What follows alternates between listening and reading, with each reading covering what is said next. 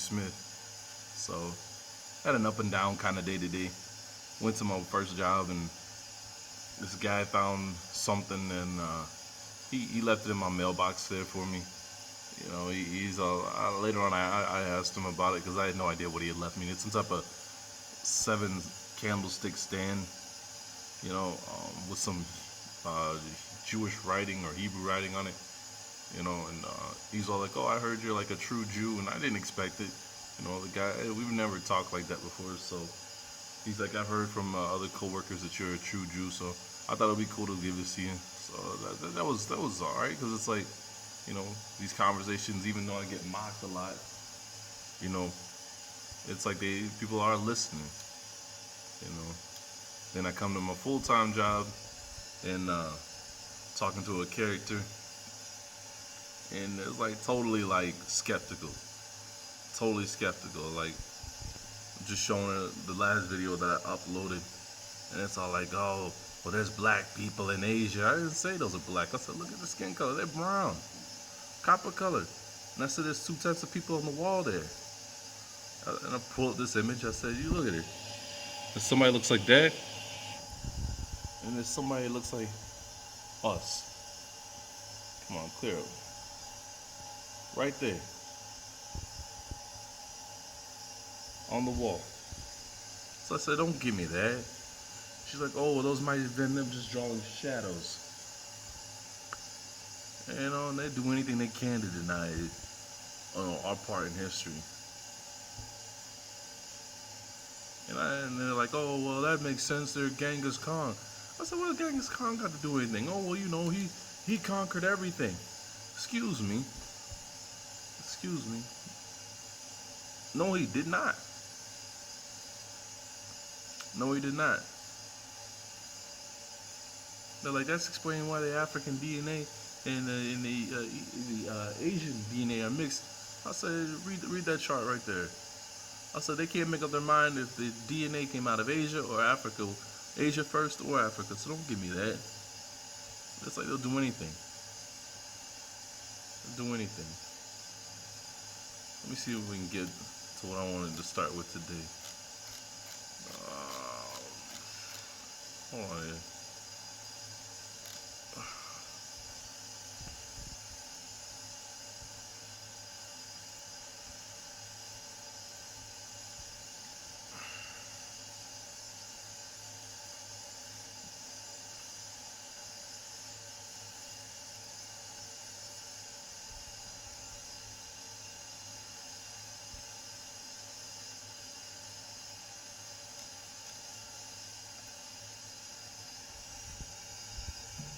Once you hit send, there's no going back. Transformed completely into a bright gold color. All of a sudden, but no one seems to know why. Only it's not the entire planet that has changed, just its North Pole. It seems to be a storm that could swallow the whole entire planet. A probe has been tracking the storm on Saturn since 2004, but still the scientists tracking it are not sure what has happened to cause the sudden change in colors. In 2012 the pole was a blue tone, and now it seems to have transformed completely into a bright gold color. Although very peculiar, this is not the first time Saturn's pole has changed colors. Between 1995 and the early 2000s the pole became increasingly darker, and scientists studying the planet concluded that it was because there were fewer photons getting to the surface. This means that there was not enough light reacting with the atmosphere of the planet, and now that the pole is tipping back towards the sun, Saturn is developing a brilliant gold color. NASA believes that this could just be a result of a change of season for the gas giant. This change is huge, and while it would be a concern if a large part of the Earth turned gold, scientists are now just starting to understand Saturn and how the planet works. This could take decades or centuries to understand, Due to the planet being much bigger, its seasons are bigger and its changes are bigger. Hopefully, NASA will continue to have the funding to conduct this research, as the current change is a very hot topic in the scientific community right now. Look at all those colors. Don't that remind you of the colors of the LBG whatever flag? Just saying. I wonder if you could find the goat god Pam there.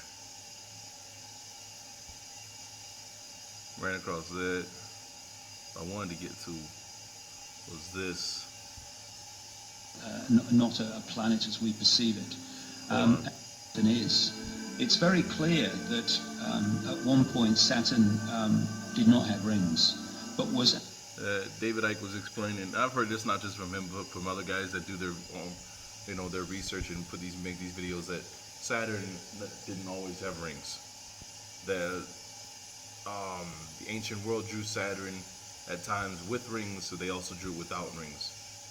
And it was something that got brought up when I was listening to that white supremacist. What's his name? It was it's Richard Simmons or no, that's not the new guy that's going around. Just run off of the mouth that David Duke applauds. For everything he says.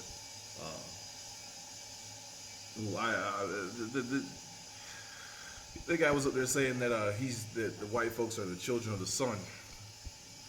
When he says that, everybody was all like, what do you mean, children of the sun? You guys can't go in the sun without the sun burning. I was thinking, no. When he said children of the sun, he's talking about this sun, Saturn, the black sun. I mean, come on, isn't it them that wear the all black and call themselves, was it the Brotherhood of Saturn? I don't know why my camera won't clear up. The Germans that call themselves the Brotherhood of Saturn, they wear the black robes, their priests wear black and all that. You know how you've heard it before. That's what I think he's talking about, and it gets to, and I think when I'm done, when I get to it, I'm gonna really show where I'm really going with this.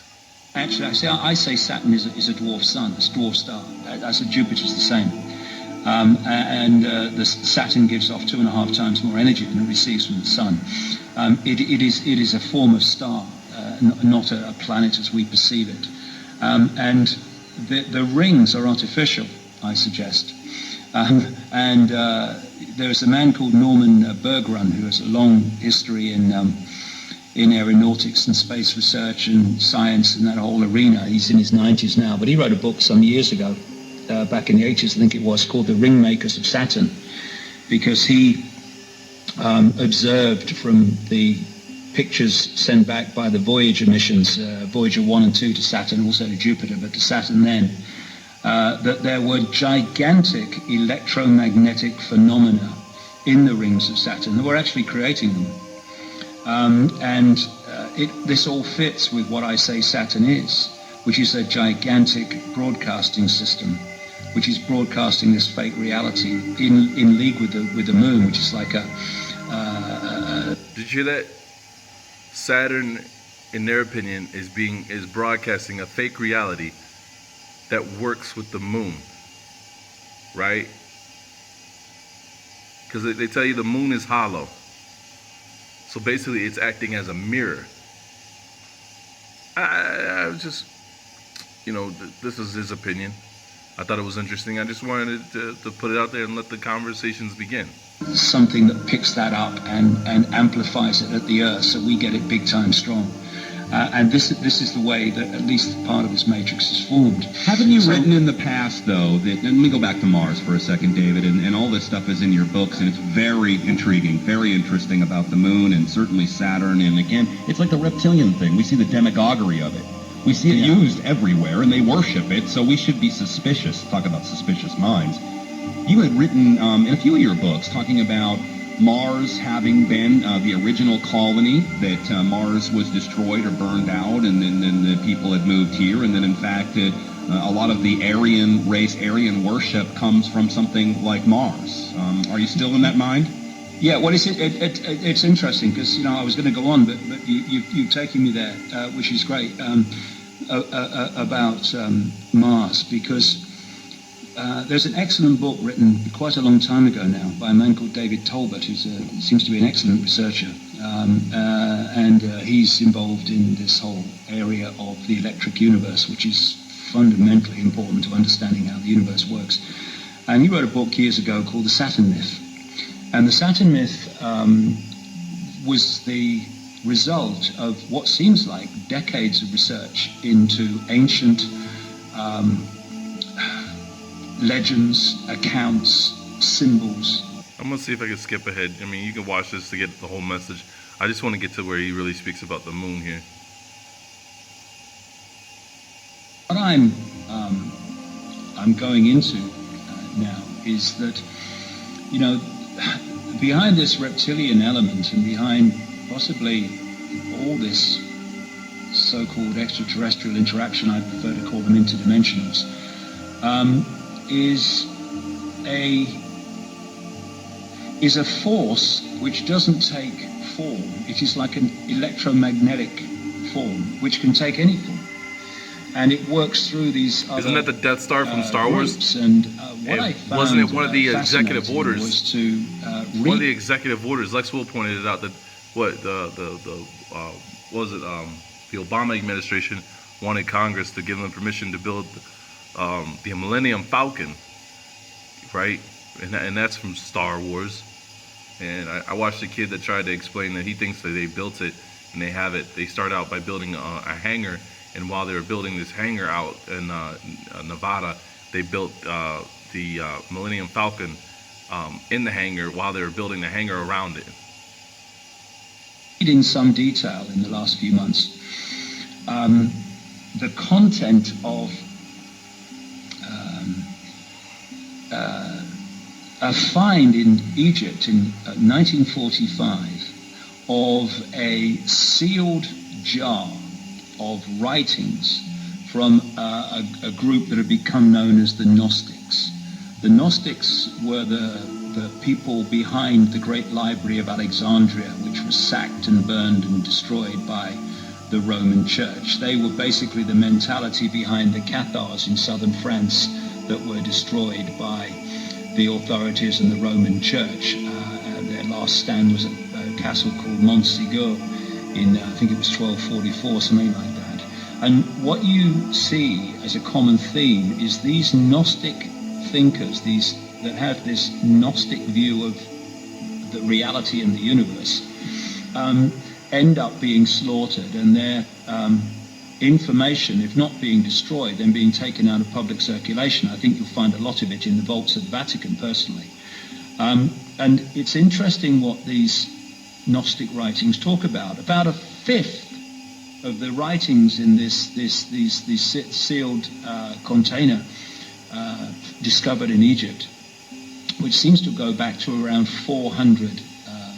I want to keep on going because I'm kind of pressed for time, but you'll get this. Basically, he's saying that there are from machines, UFOs, whatever you want to call them, spaceships, that are creating the rings of Saturn out in outer space.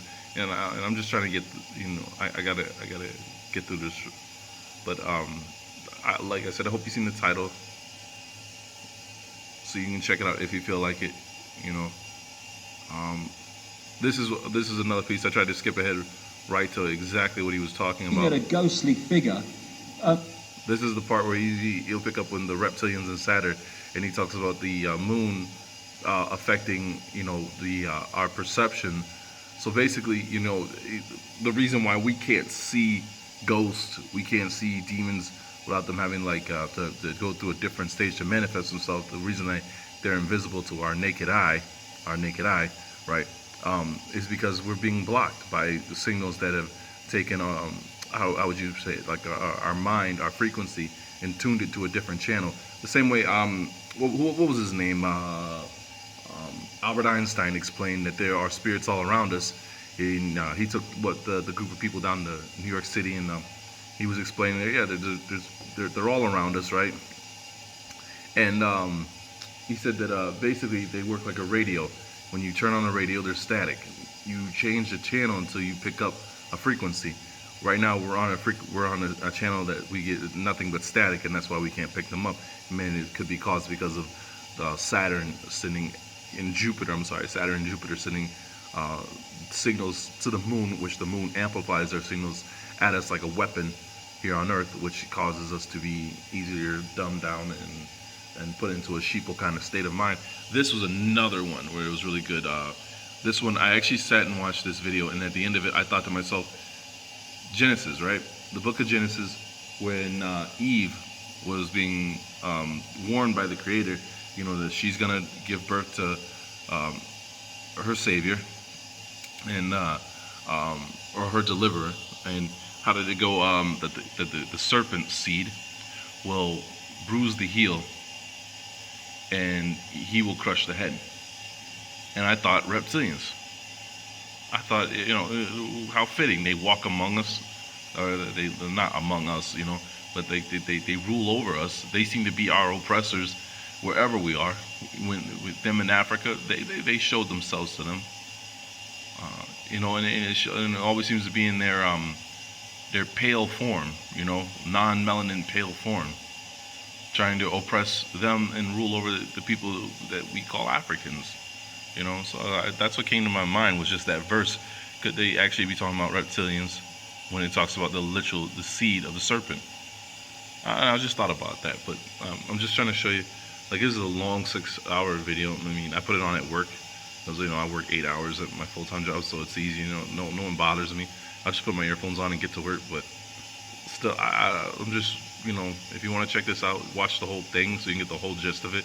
I mean, I recommend that, but I just wanted to show you know, this. And then one last thing, you know, I mentioned Star Trek a long time ago, not a long time ago, but you know what I mean, a while back.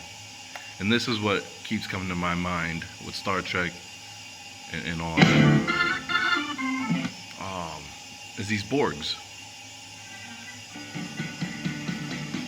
these cyborgs. Wondering about the Star Trek multiverse, its concepts and characters.